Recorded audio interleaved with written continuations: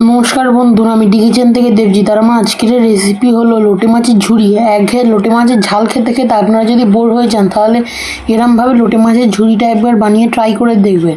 আর এরমভাবে আমার পদ্ধতিতে বানালে কিন্তু লোটে মাছের ঝুড়িতে কোনো কাঁটারও অসুবিধা থাকবে না। আপনাদের যদি ভিডিওটি ভালো লেগে থাকে তাহলে চ্যানেলটিকে একটি সাবস্ক্রাইব ও ভিডিওটিকে একটি লাইক অবশ্যই করবেন। লোটে মাছের ঝুড়িটা বানানোর জন্য সবার আগে আমি গ্যাসে একটা কড়া বসিয়ে নিয়েছি। এতে দিচ্ছি সামান্য পরিমাণে জল। একদম সামান্য পরিমাণে জলটা দেবেন। মাছটা সেদ্ধ করে আমি কাঁটাটা ছাড়িয়ে নিচ্ছি। জলের মধ্যে দিচ্ছি সামান্য পরিমাণে হলুদ। এবার দিচ্ছি সামান্য পরিমাণে লবণ। এবার আমি কেটে ধুয়ে রাখা মাছগুলো এক এক করে দিয়ে দিচ্ছি এখানে। মাছটা আমি এখানে দিয়ে দিয়েছি। এবার আমি মাছটাকে ঢাকা দিয়ে সেদ্ধ করে নেব। এখন আমাদের লোটে মাছটা কিন্তু সেদ্ধ হয়ে গিয়েছে। এবার আমি মাছটাকে নামিয়ে নিচ্ছি। লোটে মাছটা আমি নামিয়ে নিয়েছি। এবার আমি একটা চামচের সাহায্যে লোটে মাছটাকে কাঁটা থেকে ছাড়িয়ে নিচ্ছি। দেখুন, এরকমভাবে আমি সমস্ত মাছের কাঁটাগুলো ছাড়িয়ে নিচ্ছি। লোটে মাছের ঝুড়োটা বানানোর জন্য এবার আমি গ্যাসে একটা কড়া বসিয়ে নিয়েছি। এতে আমি দিচ্ছি পরিমাণ মতো সর্ষের তেল। তবে লোটে মাছের সর্ষের তেলের পরিমাণটা কিন্তু একটু বেশি দিলেই খেতে ভালো লাগে।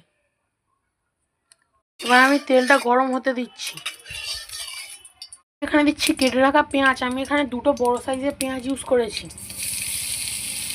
কাঁচা লঙ্কাটাও এখানে দিয়ে দিচ্ছি। আপনারা কিরম ঝাল খেতে চান সেই অনুযায়ী কাঁচা লঙ্কাটা দেবেন। তবে লোটে মাছটা একটু ঝালঝালি খেতে ভালো লাগে।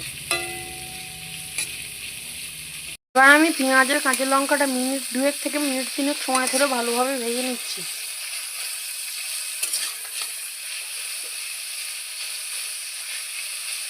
আমাদের পেঁয়াজ আর কাঁচা লঙ্কাটা কিন্তু প্রায় ভাজা হয়ে এসেছে। এবার আমি এখানে দিচ্ছি একটা বড় সাইজের টমেটো। টমেটোটা দেওয়ার পরে আমি টমেটোটাকেও ভালোভাবে ভেজে নিচ্ছি। এবার আমি এখানে দিচ্ছি 3 চামচ পরিমাণে আদা রসুনের পেস্ট। আদা রসুনটা দেওয়ার পরে আমি আদা রসুনটাকে ভালোভাবে মিশিয়ে নিচ্ছি।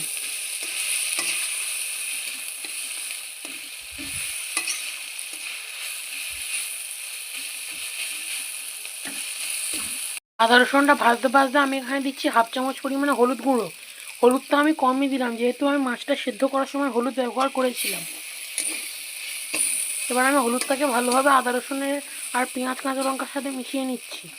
মশলাটা যাতে কড়ার গায়ে বসে না যায় তাই আমি এখানে দিচ্ছি সামান্য পরিমাণে জল। যেহেতু আমরা মাছটা সেদ্ধ করার সময় নুন দিয়েছিলাম তাই আমি নুনটা এখন দিচ্ছি না। মাছটা দেওয়ার পরে আমি নুনের পরিমাণটা চেখে তারপরে নুনটা দেবো। আমি এখানে দিচ্ছি আগে থেকে সেদ্ধ করে কাঁটা ছাড়িয়ে রাখা মাছটা। দেওয়ার পরে আমি মাছটাকে ভালোভাবে মিশিয়ে নিচ্ছি। ভেজে নিচ্ছি যাতে মাছের এই জলটা মরে যায়।